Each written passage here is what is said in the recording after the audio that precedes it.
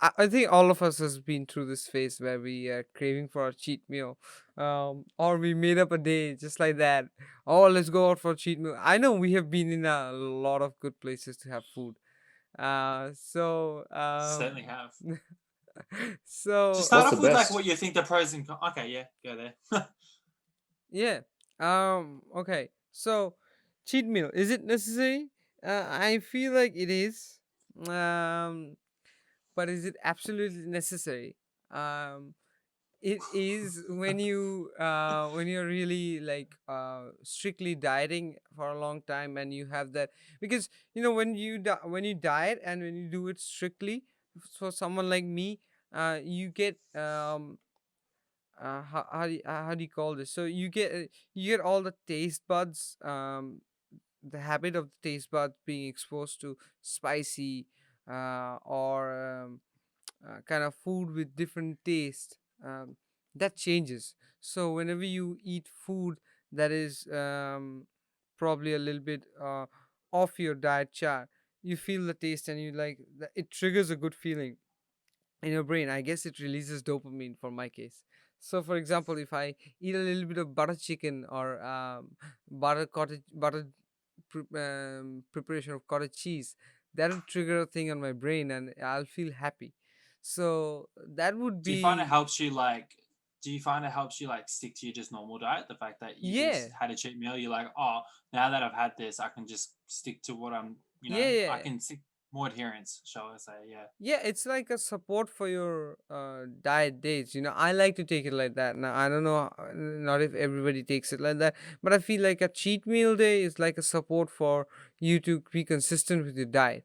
Uh, it acts like a system that actually uh, gives you that satisfaction, and then brings you back with more and better focus.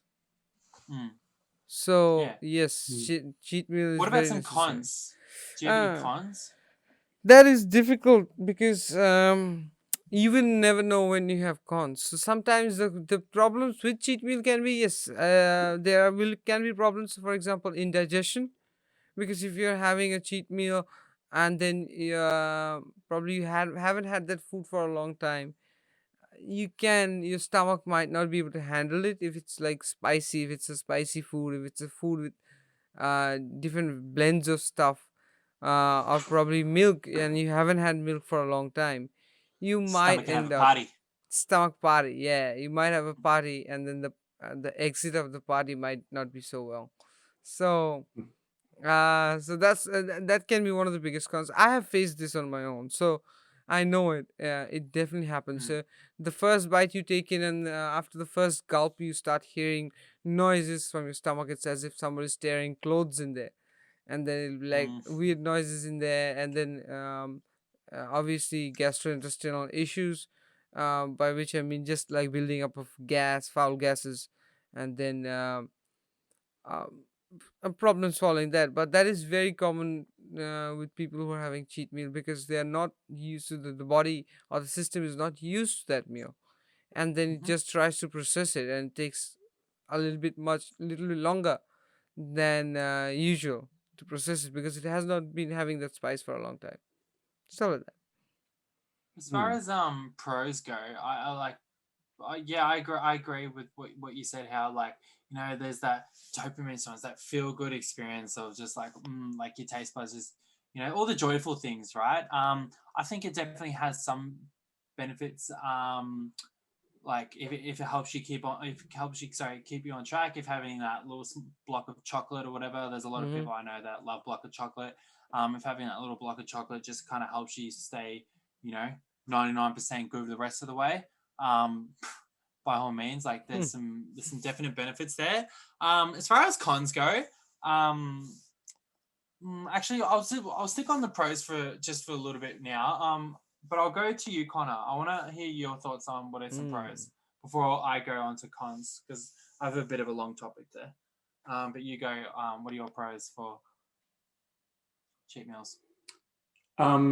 Certain individuals, it's a chance to decompress. I think sometimes when we look at cheat meals, there's a few different scenarios you can imagine. There can be the person that's just in their room alone, shoveling ice cream, kind of think like post breakup style.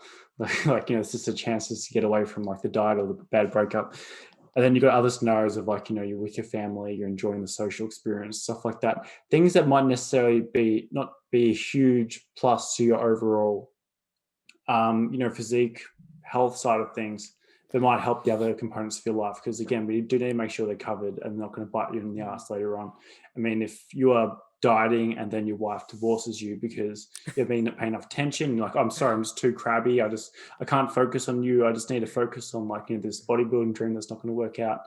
Then there's going to be certain issues that pop up there. And it's going to affect, well, suddenly you're paying all this money towards your divorce and you can't buy a chicken breast, So again, like things kind of like, yeah, be buying some cheap meat. Did you just come up with this shit in your head at that time? Pretty much, yeah. Pretty much. That was great. That was great. Yeah, pro sometimes, can be an opportunity to have, like, let's say I've worked with, like, some competitors. There's probably better ways to go about it, but there's an idea that, it can be a chance to see what they look like in more of a full perspective. Like, and that can correlate with, okay, we just shoot up the body weight a little bit temporarily. Maybe the performance the next day would be higher. Like, there might be, like, let's say you're squatting and you're working towards a powerlifting meet or something like that. And, we're trying to get down a weight class. Imagine you're trying to hit the 100 kilo weight class and you're currently 104 kilos. You've got a few weeks to go, whatever. We're trying to lose weight, but we're trying to make sure performance is good. Maybe it might be a good idea to have something, eat something, in a sense that you're in a deficit. But then you have something that's going to artificially have your weight higher with like, bloating, water, like, retention, that kind of thing, versus body fat higher. Then you got to pull it all at the end and fuck up your performance. Might be weird examples like that, but yeah, that's pretty much as far as I can go for pros. Other than that, you can, just post it to your Instagram, get some like, good clout, post it to Melbourne's Baz feeds. You can just see what you're doing, Thank you for watching the Forge podcast. If you enjoyed it, we'd love for you to subscribe. If you want to find out more about us, check the description.